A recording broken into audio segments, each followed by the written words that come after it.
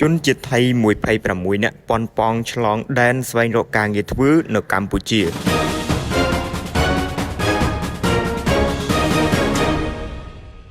ជនជាតិថៃចំនួន26នាក់ត្រូវបានចាប់ខ្លួនដែលព្យាយាមលួចចូលប្រទេសកម្ពុជាដោយខុសច្បាប់តាមព្រៃក្នុងស្រុកអរញ្ញប្រទេសកាលពីយប់ថ្ងៃសុក្រអ្នកជាប់ឃុំជាច្រើនបាននិយាយថាពួកគេជាបុគ្គលិកកាស៊ីណូធ្វើការនៅប៉ោយប៉ែតនេះបើយោងតាមកាសែតបាងកកផុសផ្សាយចេញនារសៀលថ្ងៃសៅរ៍ទី21ខែមិថុនាអ្នកព្យាយាមឆ្លងដែននេះមានអ្នកខ្លះធ្វើការនៅកាស៊ីណូក្រុងប៉ោយប៉ែតនិងខ្លះទៀតមានបំណងឆ្លងមករកការងារធ្វើនៅកម្ពុជា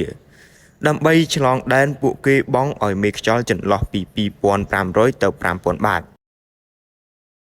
តាមកាសែតខាងលើជនជាតិថៃទាំងនោះដែលត្រូវបានចាប់ខ្លួនត្រូវបានប្រគល់ឲ្យប៉ូលីសដើម្បីចាត់ការតាមផ្លូវច្បាប់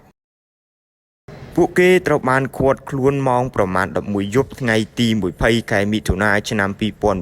2025នៅឃុំខ្លងណាំសៃស្រុកអរញ្ញខេត្តស្រះកែវប្រទេសថៃការចាប់ខ្លួននេះមានការផ្ទុកអាវុធបណ្ដាលឲ្យមេខ្យល់រងរបួសថែមទៀតផង